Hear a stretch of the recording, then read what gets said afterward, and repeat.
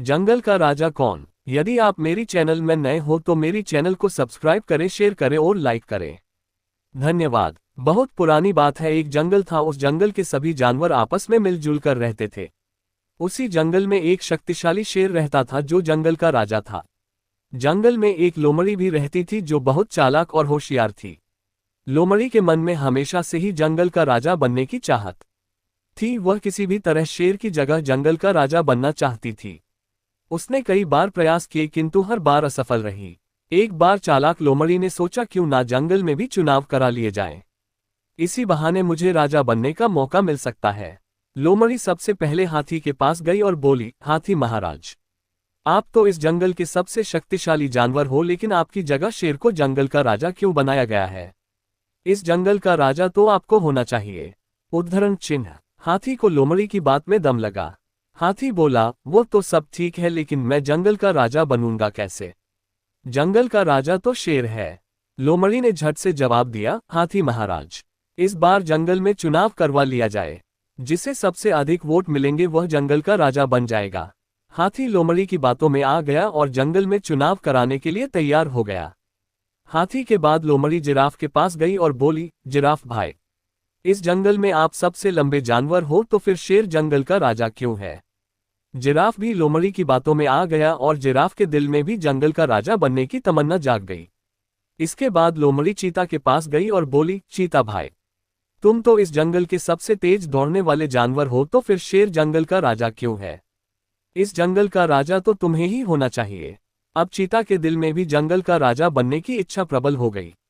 चीता से मिलने के बाद लोमड़ी जंगली भैंसों के पास गई और बोली, आप लोग इतने बलशाली हो कि शेर को बिल्ली की तरह उछाल कर फेंक देते हो, किंतु इस जंगल का राजा शेर क्यों है? आप लोग तो झुंड में रहते हैं और आपका सामना शेर तो क्या जंगल का कोई भी जानवर नहीं कर सकता है। इस जंगल का राजा तो आप लोगों को होना चाहिए। जंगली भैंसा भी लोमड़ी की बातों में आ गया और जंगल का राजा बनने के लिए तैयार हो गया। इसके बाद लोमड़ी हिरण के पास गई और बोली, हिरण भाई, इस जंगल में सबसे ज्यादा तादाद तो तुम्हारी है। अगर जंगल में चुनाव हो जाए तो हिरणों में से ही कोई ना कोई जंगल का राजा अवश्य बनेगा। हिरणों का मुखिया बोला, नहीं बहन, हम में से किसी को भी राजा बनने का शौक नहीं है। हम चुनाव नहीं लड़ेंगे। अगर हम चुनाव लादे और शेर को पता चल गया तो वह हमें नहीं छोड़ेगा।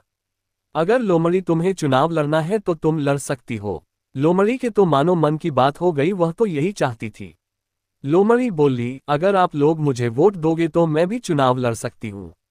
हिरण ने लोमड़ी को वोट देने के लिए हामी भर दी। अब लोमड़ी तो बहुत खुश थी। लोमड़ी बंदरों के पास जाती है और कहती है, मित्र बंदर, इस जंगल में आप तो बहुत बड़ी तादाद में हो। तुम तो पेड़ पर भी रह सकते हो और जमीन पर, जंगल पर भी, और मानव बस्ती में, अर्थात आप सर्वगुण संपन्न हो। जंगल का राजा तो ऐसे व्यक्ति को ही होना चाहिए जो सर्वगुण संपन्न हो। बंदर बोले, हम में से किसी को भी राजा बनने का कोई शौक नहीं है। अगर तुम्हें चुनाव लड़ना है तो हम तुम्हें ही वोट देंगे।